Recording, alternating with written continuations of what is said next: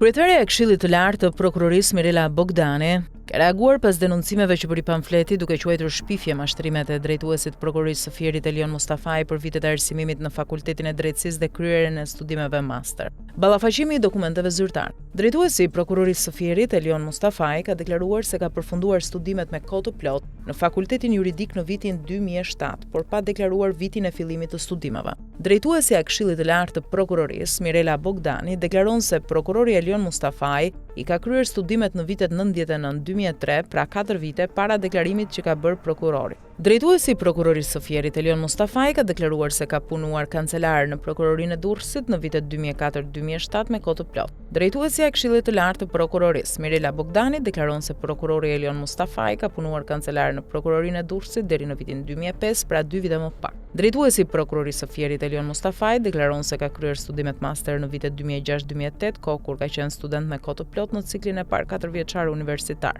Drejtuesja e Këshillit të Lartë të Prokurorisë Mirela Bogdani pranon që prokurori Elion Mustafaj ka kryer studimet master në vitet 2006-2008, por nuk sqaron dhe nuk heton faktin që gjatë studimeve master paralelisht ka qenë student i ciklit të parë në Fakultetin Juridik. Pyetja logjike është kjo: ka mashtruar drejtuesi i prokurorisë së Fierit Elion Mustafaj, drejtuesja e Këshillit të Lartë të Prokurorisë Mirela Bogdani, apo të dy në bashkëpunim? Provat që nuk po heton KLP. Në reagimin zyrtar, drejtuesja e Këshillit të Lartë të Prokurorisë Mirela Bogdani nuk përmend dhe nuk ka nisur hetim për skandalin që drejtuesi i prokurorisë së Fierit Elion Mustafaj, në shkeljet ligjit për dekriminalizimin, ka punësuar bashkëshorten Ajada Mustafaj në kompaninë Puka LLC të Dorian Pukës, i dënuar në Angli për grabitje banesash dhe nënhetim për trafik droge e pastrim parash në Shqipëri. Shefja e KLP-s Mirela Bogdani nuk përmend fare dhe nuk ka nisur hetim për skandalin që drejtuesi i prokurorisë së Fierit Elion Mustafaj ka hequr nga dosja Bankers bashkëshorten dhe vajzën e sekretarit të prokurorisë së përgjithshme Luana Bazi, të cilat kanë certifikuar bilancet ekonomike financiare false të Bankers.